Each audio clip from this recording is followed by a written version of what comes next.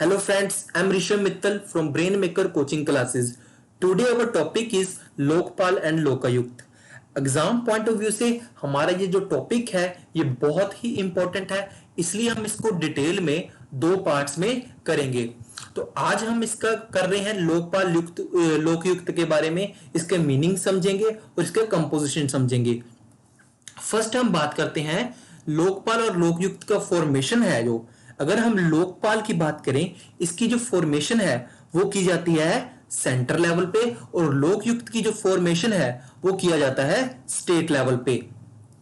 अगर हम बात करें कि Lokpal and Lokayukta concept India में कैसे आया, कैसे ये इंडिया में डेवलप हुआ, किस कंट्री ने इसको फर्स्ट एस्टेब्लिश किया, तो इसके बारे में अब हम बात करते हैं। फर्स्ट अगर हम बात करें लोकपाल के बारे में, अगर हम लोकपाल के बारे में बात करें, लोकपाल जो कि इंट्रोड्यूस हुआ है अम्बुड्समैन से। किससे इंट्रोड्यूस हुआ है? तो ये इंट्रोड्यूस हुआ है अम्बुड्समैन से। ये जो हमारा अम्बुड्समैन है, ये इंस्टीट्यूशन है, ये फर्स्ट टाइम एस्टेब्लिश किया गया था किसके द्वारा? तो ये एस्टेब्लिश किया गया था स्वीडन के द्वारा। किसके द्वारा? स्वीडन के द्वारा।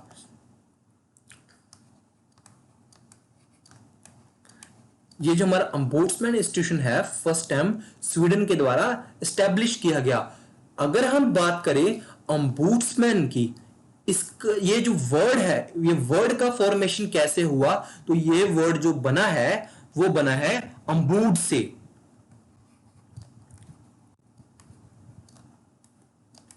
कैसे बना है? अम्बुड। अम्बुड शब्द जो कि स्वीडिश लैंग्वेज का शब्द है। कैसा शब्द है? स्वीडिश लैंग्वेज का शब्द है। तो अम्बुड शब्द है जो, इसका मीनिंग अगर हम देखें, इसका मीनिंग है एजेंट। इसका क्या मीनिंग है? तो इसका मीनिंग है एजेंट। जो हमारा अम्बुड्समैन है वो काम करता है as a representative of another person. तो अब हम बात करते हैं, हमारा अम्बुड्समैन है जो ऑफिशियली स्टार्टेड हुआ था 1809 में स्वीडन में। अगर हमसे पूछा जाए कि जो अम्बुड्समैन है फर्स्ट कहां पे स्टार्ट हुआ था, तो वो 1809 में स्वीडन में स्टार्ट हुआ था। जो अम्बुड्समैन एज ए इंस्टीट्यूशन है, इसका जो कंसेप्ट है वो फर्स्ट टाइम ग्रो करने लगा 20th सेंचुरी में। 20th सेंचुरी में सेकेंड वर्ल्ड वॉर के बाद इसका जो कंसेप्ट है वो ग्रो करने लगा। उसके बाद अगर हम अडॉप्टेशन की बात करें, तो बहुत सारी कंट्रियां ने इसको अडॉप्ट किया।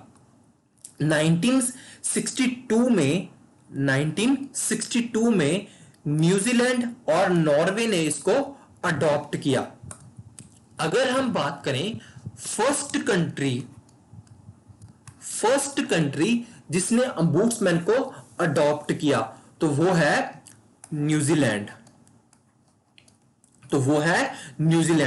न्यूजीलैंड ने अम्बुड्समैन को कब अडॉप्ट किया? तो वो अडॉप्ट किया 1962 में।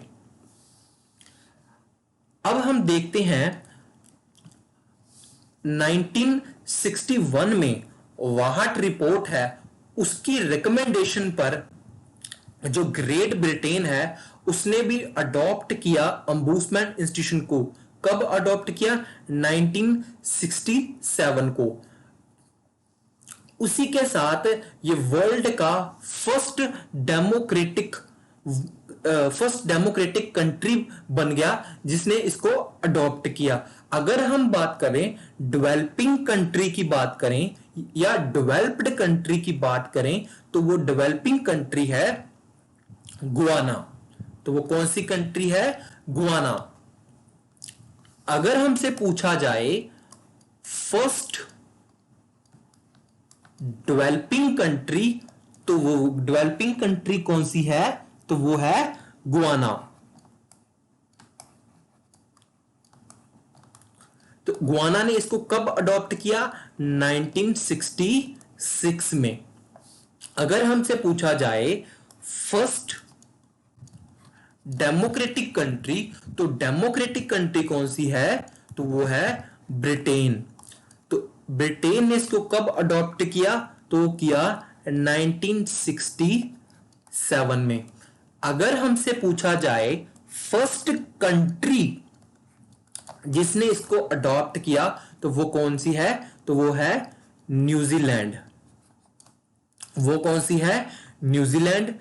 तो न्यूजीलैंड ने इसको कब अडॉप्ट किया, 1962 में। तो उसके बाद अगर देखा जाए तो जो हमारा ombudsman है, फर्स्ट टाइम इंट्रोड्यूस हुआ पार्लियामेंट में 1960s में। 1960 में इंट्रोड्यूस हुआ पार्लियामेंट में, किसके द्वारा, हमारे लॉ मिनिस्टर अशोक कुमार सेन के द्वारा। हमारे अशोक कुमार सेन के द्वारा 1960 में 1960 की दशक में इसको फर्स्ट टाइम पार्लियामेंट में इंट्रोड्यूस किया गया था। अगर हम बात करें कि जो लोकपाल है, लोकपाल और लोकयुक्त है, इस वर्ड का फर्स्ट टाइम यूज किसने किया, तो इसका जो यूज है, इसका यूज किया LM सिंधवी के द्वारा। इनका फुल नेम है लक्ष्मी मन सिंधवी के द्वारा। तो ये जो वर्ड है फर्स्ट टाइम यूज किया LM सिंधवी के द्वारा। इन्होंने ये वर्ड कब यूज किया, 1963 में। तो कब यूज किया, 1963 में। अब हम बात करते हैं हमारे एडमिनिस्ट्रेशन रिफॉर्म कमीशन के बारे में। उसके बारे में बात करने से पहले, उसकी रिपोर्ट के बारे में बात करने से पहले, हम एडमिनिस्ट्रेशन रिफॉर्म कमीशन के बारे में कुछ जान लेते हैं। हमारे एडमिनिस्ट्रेशन रिफॉर्म कमीशन है जो कि स्टैब्लिश हुआ था 1966 में। इसके जो फर्स्ट प्रेसिडेंट थे, जो इसके फर्स्ट प्रेसिडेंट थे, तो इसके फर्स्ट प्रेसिडेंट कौन थे, तो इसके फर्स्ट प्रेसिडेंट थे मोरारजी देसाई। इसके फर्स्ट प्रेसिडेंट कौन थे, तो इसके फर्स्ट प्रेसिडेंट थे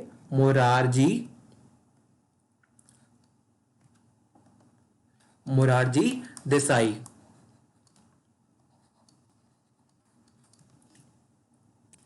और उसके बाद इनको कुछ समय बाद इनको मिनिस्ट्री में जो इनको मिनिस्ट्री मिल गई, इसलिए इन्होंने ये प्रेसिडेंसी थी जो वो छोड़ दी। इसके बाद जो प्रेसिडेंट बने हमारे एडमिनिस्ट्रेशन रिफॉर्म कमीशन के, तो वो कौन बने, तो वो बने के हनुमंतैया। कौन बने, के हनुमंतैया।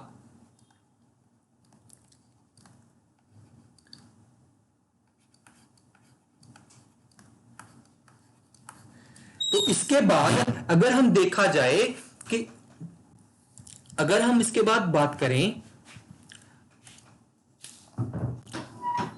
तो 1966 में एडमिनिस्ट्रेशन रिफॉर्म कमीशन है, उसने जो रिकमेंडेशन दी थी तो establish the 2 independent authorities at the centre level and at the state level. इन्होंने रिकमेंडेशन दी थी at the centre level and at the state level. तो उन्होंने ये रिकमेंडेशन दी थी कि सेंटर लेवल और स्टेट लेवल पर 2 इंडिपेंडेंट अथॉरिटीज को एस्टैब्लिश किया जाए, जो कि कंप्लेंट्स देखे किसके अगेंस्ट, जो गवर्नमेंट ऑफिसर्स हैं उनके अगेंस्ट जितनी भी कंप्लेंट्स हैं उनको देखने के लिए। एक और इंपॉर्टेंट बात जो हमको जानने की बहुत ज्यादा जरूरत है, जो कमीशन है जो रिपोर्ट सबमिट करवाता है, अगर कोई भी कमीशन रिपोर्ट सबमिट करवाता है तो वो 2 टाइप की रिपोर्ट सबमिट करवाता है। फर्स्ट होती है टेम्परेरी रिपोर्ट और एक होती है फाइनल रिपोर्ट। जो टेम्परेरी रिपोर्ट होती है इसको बोला जाता है अंतरिम रिपोर्ट। क्या बोला जाता है, अंतरिम रिपोर्ट। और जो फाइनल रिपोर्ट होती है इसको बोला जाता है अंतिम रिपोर्ट। जो एडमिनिस्ट्रेशन रिफॉर्म कमीशन है इसने अपनी जो टेम्परेरी रिपोर्ट सबमिट करवाई थी तो वो करवाई थी 1968 1968 में। तो कब करवाई थी? 1968 में। और इसने जो अपनी फाइनल रिपोर्ट सबमिट करवाई थी तो वो कराई थी 1969 में। तो आई होप आपको ये जो अंतिम और अंतरिम में डिफरेंस क्लियर हो गया होगा। और एक और इंपॉर्टेंट बात, जो हमारी टेम्परेरी रिपोर्ट होती है उसमें चेंजेस किए जा सकते हैं और जो फाइनल रिपोर्ट होती है उसमें चेंजेस नहीं किए जा सकते। उसके बाद ये जो लोकपाल बिल है वो पास करवाया गया लोकसभा से। कब पास करवाया गया? 1968 में। हमारा जो लोकपाल बिल है वो लोकसभा से पास करवा लिया गया 1968 में। बट उसके बाद जो हमारी लोकसभा है वो डिसॉल्व होगी, उसी के बाद ये जो हमारा बिल भी रिमूव हो गया। एक और इंपॉर्टेंट बात जो हमको जानने की बहुत ज्यादा जरूरी है कि हमारे पार्लियामेंट में दो हाउसेस होते हैं, एक होता है राज्यसभा, एक होता है लोकसभा। जो लोकसभा होता है इसको लोअर हाउस बोला जाता है और राज्यसभा को अपर हाउस भी बोला जाता है। जो लोअर हाउस की अगर बात करें, अगर कोई भी बिल कोई भी बिल इंट्रोड्यूस लोकसभा में, अगर कोई भी बिल सबसे पहले लोकसभा में इंट्रोड्यूस किया जाए, वहां से पास होने के बाद जो हमारी लोकसभा है वो डिसॉल्व हो जाए, तो ये जो बिल है वो भी रिमूव हो जाता है। तो वो बिल रिमूव हो जाता है। बट अगर हम बात करें राज्यसभा की बात करें, राज्यसभा में अगर कोई बिल इंट्रोड्यूस किया जाए, वो बिल पास होने के बाद हमारी लोकसभा जो है वो डिसॉल्व हो जाए, उसका इफेक्ट बिल पर नहीं होता, वो बिल इफेक्टेड नहीं होता। इसका क्या रीजन है? तो इसका एक बहुत बड़ा रीजन है। इसका रीजन है कि जो हमारी राज्यसभा है ये कभी भी डिसॉल्व नहीं होती है, जो इसलिए जो है ये बिल है इफेक्ट नहीं होता। जो 1968 की बात करें तो 1968 में जो लोकसभा में बिल पास हो गया था, बट उसके बाद जो लोकसभा है वो डिसॉल्व होगी, इसलिए जो वो बिल भी रिमूव हो गया। उसके बाद 2005 में अगर बात करें तो सेकंड एडमिनिस्ट्रेशन रिफॉर्म कमीशन आया, जिसके चेयरमैन थे वीरप्पा मोइली। उन्होंने रिकमेंड किया कि लोकपाल को एस्टेब्लिश किया जाए एट द अर्लीस्ट, जो जल्दी से जल्दी जो लोकपाल को स्थापित किया जाए, उसकी स्थापना की जाए। तो 2005 में जो रिकमेंडेशन आई उसने भी ये बोला कि जो लोकपाल है उसको जल्दी से जल्दी एस्टैब्लिश किया जाए। 2011 तक 8 अटेम्प्ट्स किए गए इस बिल को पास करवाने में, बट वो असफल रहे। तो कैसे रहे वो? असफल रहे। अगर हम देखें जो बिल है, फर्स्ट जो वर्ड है वो किसने यूज किया? तो वो किया लक्ष्मीमन सिंधवी ने, जो कि यूज किया 1963 को। उसके बाद जो एडमिनिस्ट्रेशन रिफॉर्म कमीशन आया तो वो कब आया? 1966 में। उसके बाद 1968 में बिल लोकसभा में पास हो गया। उसके बाद जो बिल है तो लोकसभा है वो डिसॉल्व होगी, इसलिए जो बिल है वो रिमूव हो गया। उसके बाद 8 अटेम्प्ट्स किए गए 2011 तक, तो जो बिल है वो पास नहीं हो पाया। तो इतना जो इसके बाद जो हमारे एक कंस्ट्रक्ट किया गया ग्रुप ऑफ मिनिस्टर्स, जो चेयरमैनशिप ऑफ प्रणब मुखर्जी, तो उन्होंने एक ग्रुप ऑफ मिनिस्टर को कंस्ट्रक्ट किया जिसको मेजर करने के लिए check the corruption and examine the purpose of Lokpal bill. उन्होंने करप्शन और लोकपाल बिल को एग्जामिन करने के लिए एक जो ग्रुप है वो अपॉइंट किया। तो उसके बाद जो हमारे अन्ना हजारे हैं उनके द्वारा एक मूवमेंट चलाया गया जो है इंडियन मूवमेंट अगेंस्ट करप्शन, ये जो मूवमेंट चलाया गया, ये चलाया गया 2011 को। उस टाइम किसकी गवर्नमेंट थी? तो उस टाइम यूपीए की गवर्नमेंट थी। तो वहां उस टाइम पर हमारे प्राइम मिनिस्टर थे डॉक्टर मनमोहन सिंह। तो उसके बाद ये जो बिल है वो बिल पास कराया गया 2013 को पास करवाया गया in both house of the parliament. Bill को 2013 में पास करवाया गया और 1 जनवरी 2014 में जो प्रेसिडेंट है उसको अपनी सहमति दे देते हैं। उसके बाद जो ये फोर्स में आता है, तो ये फोर्स में कब आता है? जनवरी 16 2014 को। तो ये जो हमारा बिल है 2014 को फोर्स में आ जाता है।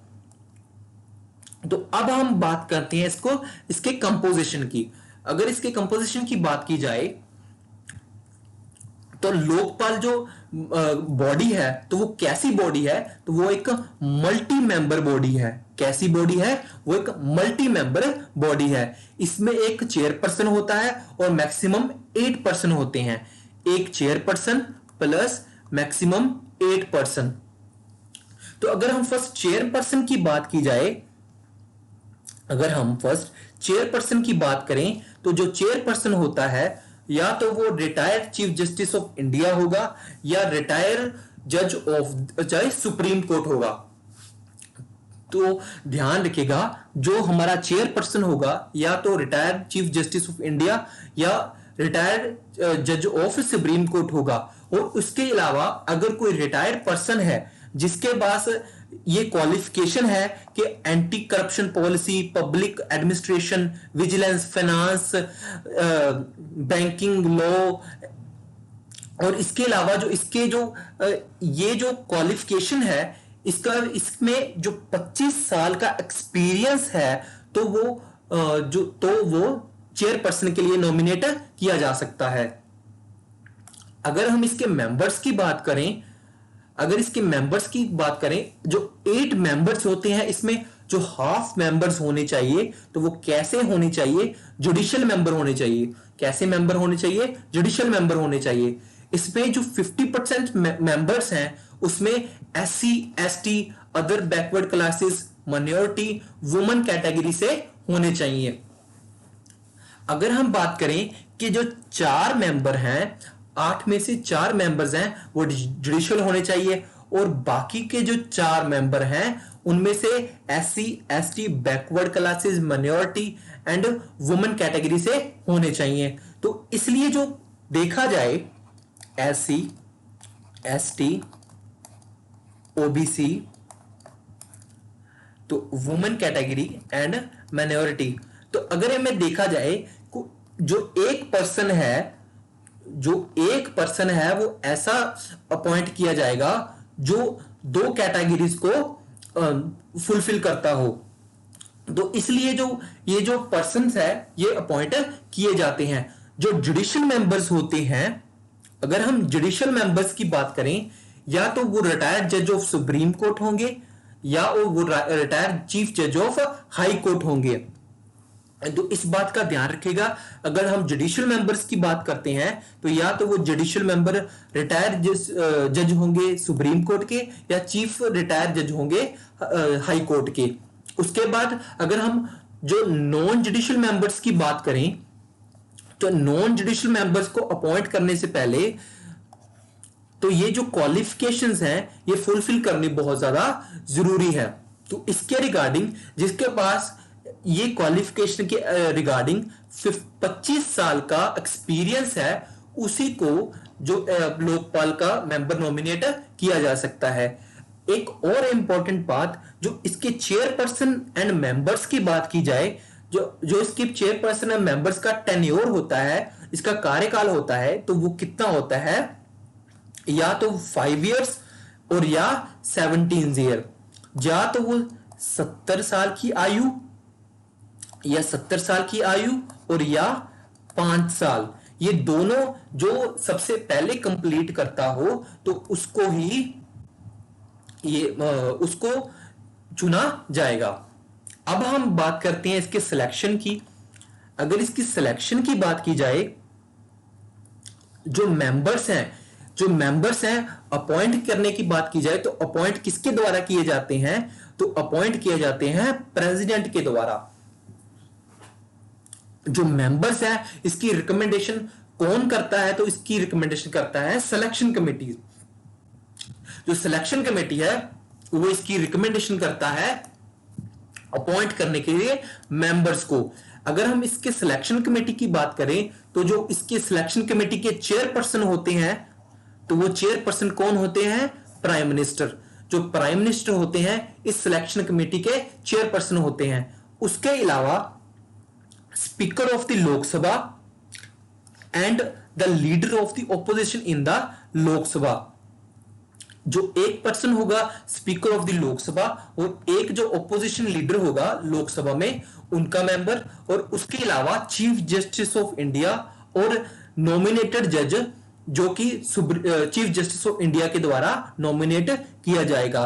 तो उनके द्वारा इस सिलेक्शन कमेटी में इन सिलेक्शन कमेटी के द्वारा ये मेंबर्स की चुन की जाती है।